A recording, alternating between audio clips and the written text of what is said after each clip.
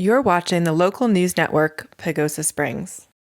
April 1st marks Census Day, which is a day to promote participation in the 2020 census. It is a reminder that the census is open for your response. As a main advocate for the census, public libraries have a long history of educating and promoting the importance of the census. We asked Brad Glover, Adult Services and Tech Librarian at the Ruby M. Sisson Memorial Library, what he saw as his role in the 2020 census. Because this is a census year, it's our job as librarians and library staff members to be advocates for the census, so that when people have questions or concerns, they know that they can find an accurate answer or source of information when they seek us out. Congress enacts the census every 10 years, and the public is actually bound by law to respond. The census is laid out in the United States Constitution, so it has been around for a long time. So why must everyone be counted, and what is the big deal? So why then should everyone be counted? That's how our congressional representatives are allocated. So each part of the country is represented by someone in Congress. One reason why this is so important is because Colorado, with its growing population, is hoping to gain a census seat, an additional representative in Congress to advocate for residents of Colorado and Colorado issues.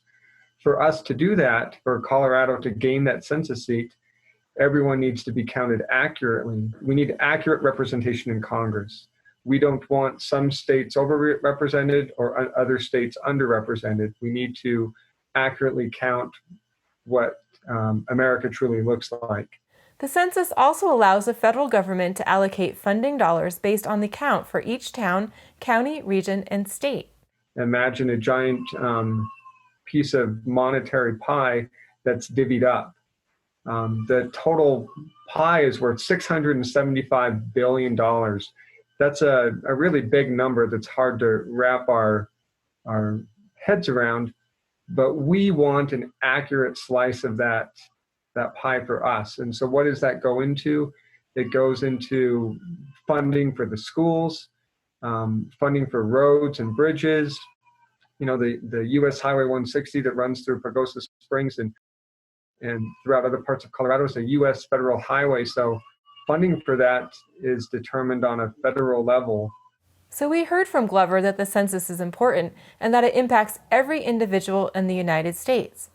How do you respond, and how long does it take? I went online, my2020census.gov, started the form there. I filled out the census for myself and the 4 other members of my household.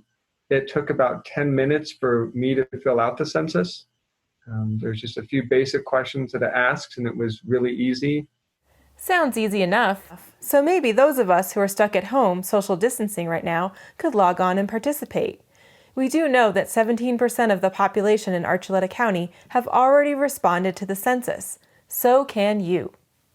Glover also shared some tips for people to avoid fraud during the census. Never respond to an email from someone that purports or pretends to be from the Census Bureau. The Census Bureau will never solicit information by email. The Census Bureau will never ask for your social security number. They will never ask for banking information. They will never advocate for any political party.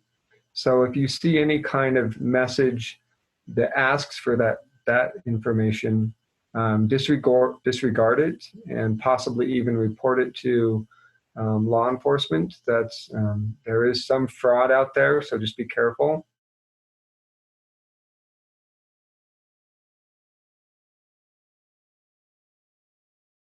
Thanks for watching this edition of Local News Pagosa Springs. If you would like to see this story again, visit our website at pagosalocal.news, where you can sign up to have us deliver the news directly to your inbox. If you are interested in hosting a digital network display at your place of business, you can fill out a form on our website.